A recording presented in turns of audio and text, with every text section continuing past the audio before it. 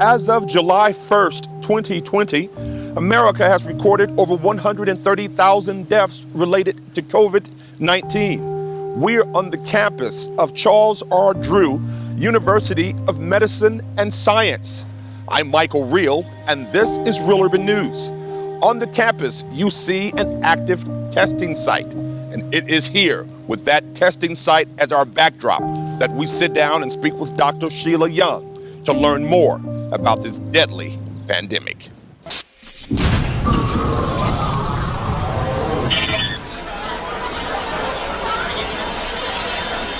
Dr. Young, this afternoon as we sit down here in Southern California, there is a recorded number of 130,000 deaths associated with COVID around America.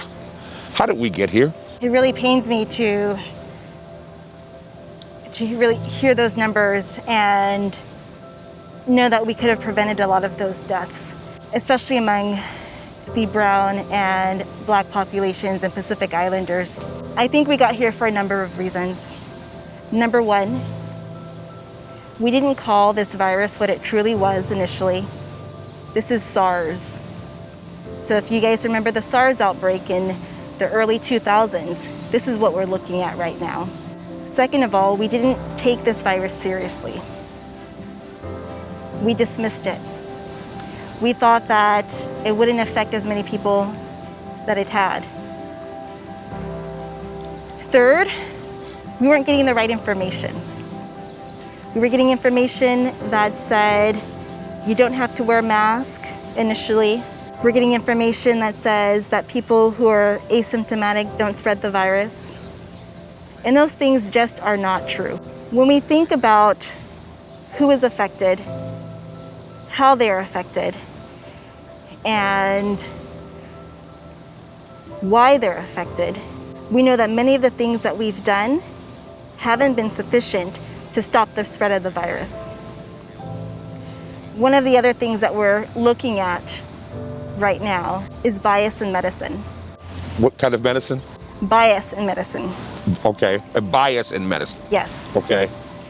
And this pandemic has really highlighted that. And it's the reason why we're seeing such high rates of death in black and brown communities. In layman's terms, and I understand the word bias, but our medical system has really been exposed for its discriminatory practice in communities of black and brown in terms of receiving health care that makes a difference and saves lives. I call it a bias. It's a nice way to say it, but essentially it's racism. Racism is or has been a part of the culture of medicine. I found myself during my training adapting or adopting some of the mentalities and views that those who were training me possessed. And I had to stop, think about my family, think about my friends, see my patients in that light, and want to fight so that they would have the best available to them. Can this change? Yes, definitely. The status quo, the system that we have right now, it doesn't have to be this way. Things can be different. Right now, instead of pointing fingers, instead of continuing to look at the problems, continuing to look at the numbers, we should be fighting every day to do everything that we can to stop the spread of COVID-19 and to save as many lives as possible. In terms of saving lives, we're here on the campus of Charles R. Drew University, the only predominantly black medical school west of the Mississippi. And you all have an active testing site right here where we're sitting down. Tell us about this testing site and its significance to this geographical area here in Southern California. We're at Watts, at the crossroads of Watts and Compton, and South Central LA. This is significant because without this testing site, many people would not have access to testing. We have a lot of folks who walk places here. Some people don't have cars, they take public transportation. Taking a bus to some of the further testing sites that are offered by the city and county wouldn't be feasible. In the 1960s, before the hospital existed, before this campus existed, the people in this community used to have to pay $10 to get a taxi cab to take them to LA County USC. Right. How much was $10 at that time? $80 today. Sure. $85, $90. That's significant. That's rent. Right. That's food. The problem that we have in California and in the world is that we don't value people for who they are. We look at class, we look at their sex, we look at the color of their skin. We assign a judgment system of who is important and who is not important, who is necessary and who is dispensable. What this community has heard over and over and over again is that you're dispensable, and that's wrong, morally and ethically. Every human life matters. And right now, when people say Black Lives Matter, that's because Black people are dying not only at disproportionate rates at the hands of police officers, but in medicine as well. And that's what the COVID-19 pandemic is highlighting.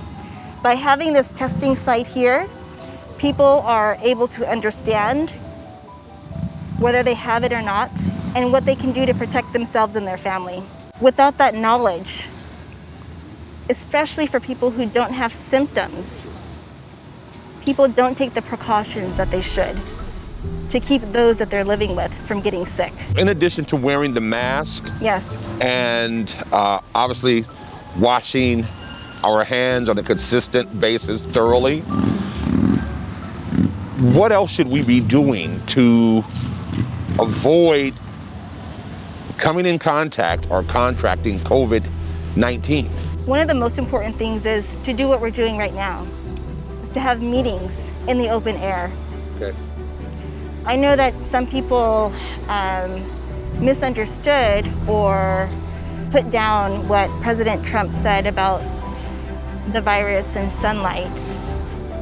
But what we've known, even prior to his statements about coronaviruses, about other viruses, especially HIV, is that it doesn't survive in UV light.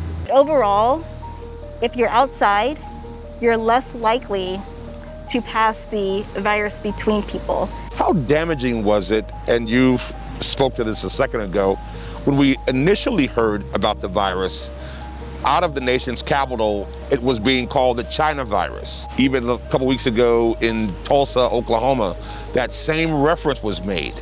How damaging is that to greater society in terms of understanding the importance and the danger associated with this disease? COVID, to be specific, COVID-19. That name gets further and further away from China as opposed to calling it the Chinese virus. By the way, it's a disease, without question, has more names than any disease in history. I can name Kung Flu. The damage was to the people who live here in the United States, to my friends, to my family members of Chinese descent. And there was so much racism and attacks that were made on them. And that is just horrible. It takes us back to the time when we had the internment camps. Let's just call them concentration camps for the Japanese Americans in this country. And so that by itself has affected so many lives, and people have been physically beaten.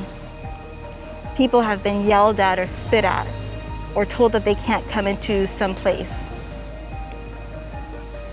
And that's horrible, and we should never do anything like that. That is disgraceful for us as a country to act that way. especially given the work that individuals who are of Chinese descent, who've been here for generations, that their families have put in to build this country. The second thing it did was it made people think that the virus was only in China, or it wouldn't affect people here, or that only certain people got the virus. So again, it's that misinformation, or the way that you phrase something or call something, that causes people to not take the precautions that should be taken to prevent themselves and other people from getting COVID-19. As we move forward, and the reason why we're here, you all released a study. The university released a study recently, the latter portion of June. Talk about that study and the numbers that it deals with in terms of testing in this community and surrounding. What are your findings? We found a number of very, very important things.